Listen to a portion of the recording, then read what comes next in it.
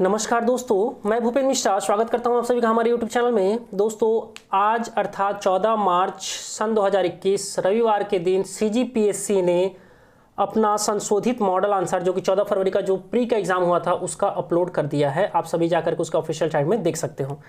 अब यहाँ से आप सभी समझिएगा कि CGPSC कितना गलती करता है और कितना गलती नहीं करता है। ठीक है, टोटल इसने 12 प्रश्नों के उत्तर को चेंज किया है। मतलब ये कहा जाए कि पहले जो इसने मॉडल आंसर जारी किया था उसमें 12 प्रश्न गलत, अभी जो मॉडल आंसर जारी किया है इसके हिसाब से 12 प्रश्नों का उत्तर उसने गलत लिया था। पहले मैं इसके पहले जो वीडियो बनाया था उसमें बोला था कम से कम 10 प्रश्न तो CGPSC जरूर गलत किया है। ठीक है, आप सभी देख सकते हो यहाँ पर 12 प्रश्नों का उत्तर मैं बताऊंगा जो PSC ने चेंज किया हुआ है, और साथ ही साथ कुछ प्रश्न और जिसके उत्तर जानबूझकर, मतलब वो गलत है ये सब कोई जानता है, लेकिन PSC ने उसके उत्तर को चेंज नहीं किया है। ठीक है, तो चलिए स्टार्ट करते हैं आज का वीडियो। आप सभी देखिएगा CGPSC ने कितने प्रश्नों का उत्तर पहले जो मॉडल आंसर लिया था और अब जो मॉडल आंसर लिया है उसमें गलती किया है, मतलब चेंज किया है, और साथ ही साथ लास्ट में मैं जो कंक्लूजन दूंगा उसको जरूर देखिएगा। तो चलिए स्टार्ट करते हैं आज का वीडियो। सेट ए का है ये। तीसरे नंबर का जो प्रश्न है वो देखिए, भारतीय राष्ट्रीय कांग्रेस का जो त्रिपुरी सम्मेलन का कब आयोजित हुआ था, और जिसमें नेताजी सुभाष चंद्र बोस जी जो थे वो कांग्रेस के अध्यक्ष मनोनीत किए गए थे।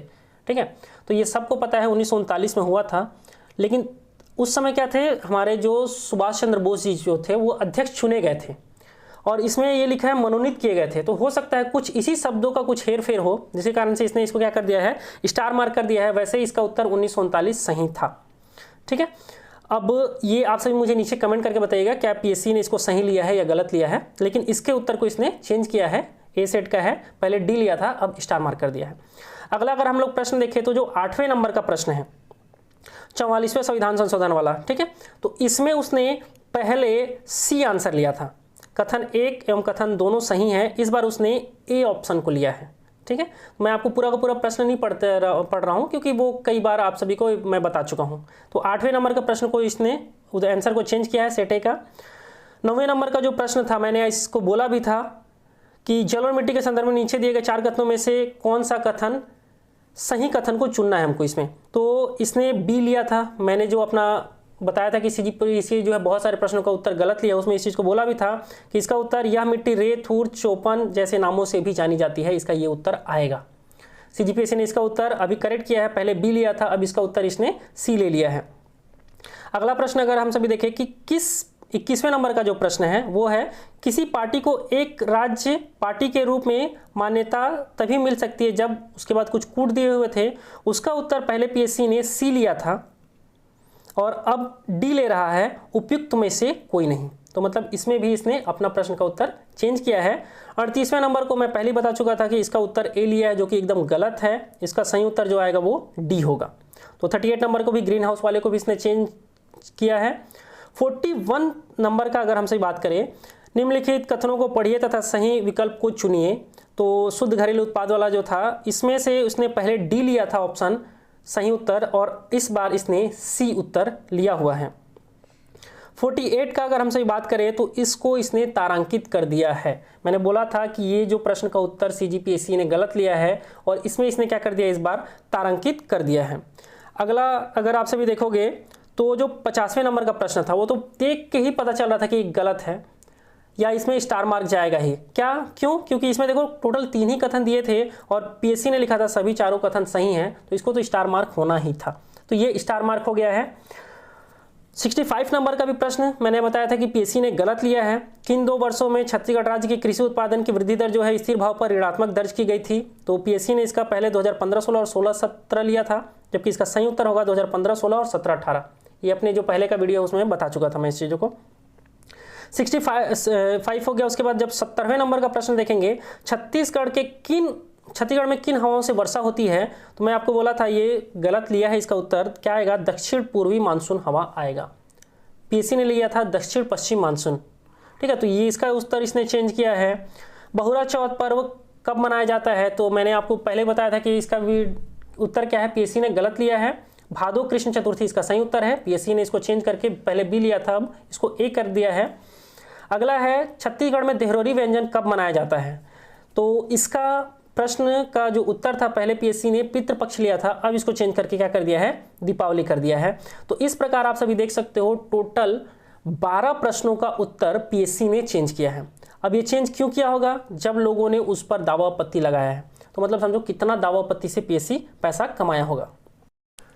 दोस्तों अब हम सभी चलते हैं हमारे सेकंड सेगमेंट में कि किसके किसके और भी प्रश्न जो जिसका उत्तर पीएससी चाहता तो सुधार सकता था लेकिन उसने नहीं सुधारा है, इसको देख लेते हैं।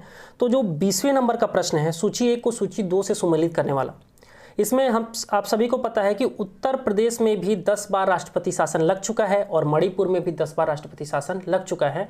तो एक्चुअल में सीजीपीएससी को इसके आंसर को तारांकित करना था लेकिन पीएससी ने नहीं किया है। ठीक है, अगला प्रश्न देखते हैं हम सभी। जो जैन साहित्य है, जैन साहित्य से संबंधित निम्नलिखित कथनों को पढ़िए तथा सटीक विकल्प को चुनिए। एक्चुअल में इसका दोनों का दोनों कथन क्या है, सही है, लेकिन पीएससी ने इसका उत्तर माना था कथन 1 सही है लेकिन कथन 2 गलत है। तो इसके उत्तर को भी चाहता तो पीएससी सुधार सकता था लेकिन उसने सुधारा नहीं है।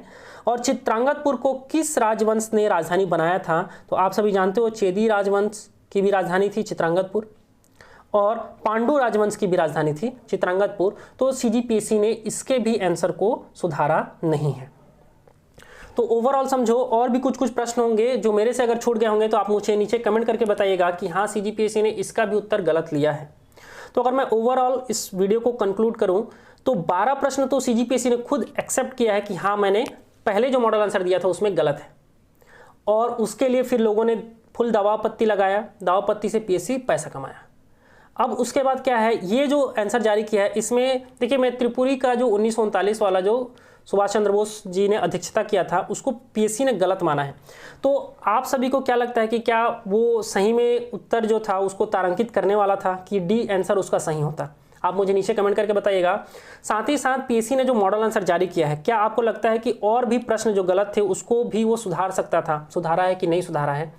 और ये टोटल 12 प्रश्न भी गलत करना कोई छोटी मोटी बात नहीं होती है। आप 100 में से 12 प्रश्नों का आंसर को चेंज कर रहे हो, ठीक है, पहली बार मॉडल आंसर से, और 3 का क्या कर दिया है इन्होंने, स्टार मार्क किया है। तो इन सभी चीज़ों को समझिए कि सीजीपीएससी मतलब अगर आप देखोगे 12 प्रश्नों के लिए कितने सारे लोगों ने दावापत्ति लगाया होगा, और दावापत्ति लगाने से पैसा मिलता है। ठीक है, आप सभी को पता होगा एक प्रश्न के पीछे ना पोर्टल चार्ज के रूप में 10 रुपये लेता था, साथ ही साथ उसमें जीएसटी अलग से लगाते थे ना। अगर आप सभी देखोगे तो टोटल मेरे को लग रहा था कि 60 रुपये बस लगेगा, लेकिन 60 रुपये से भी ज़्यादा 61 रुपये 80 पैसा लगता था। तो मतलब स्टूडेंट्स अगर एक प्रश्न के लिए आप क्या करते थे, दावापत्ति लगाते थे, तो उसको 61 रुपये 80 पैसा का कमाई होता था सीजीपीएससी को। और जब 12 प्रश्नों से हुआ है तो समझो कितने लोगों ने दावापत्ति लगाया होगा, पीएससी मस्त पैसा कमाया होगा। और यहाँ से मैं एक चीज़ बस यही कहना चाहूँगा कि अब जिन जिन प्रश्नों का उत्तर सीजीपीएससी ने गलत लिया है और आप लोगों ने अगर दावापत्ति लगाया है, तो क्या पीएससी को उसका पैसा वापस नहीं करना चाहिए? क्योंकि वो तो पीएससी की खुद की गलती थी ना। पीएससी अपनी गलती के कारण क्या किया, उसका उत्तर गलत लिया। आप लोगों ने दावापत्ति लगाया जिससे क्या हुआ, उसका उत्तर सही हुआ। तो क्या अब आपका पैसा वापस नहीं आना चाहिए?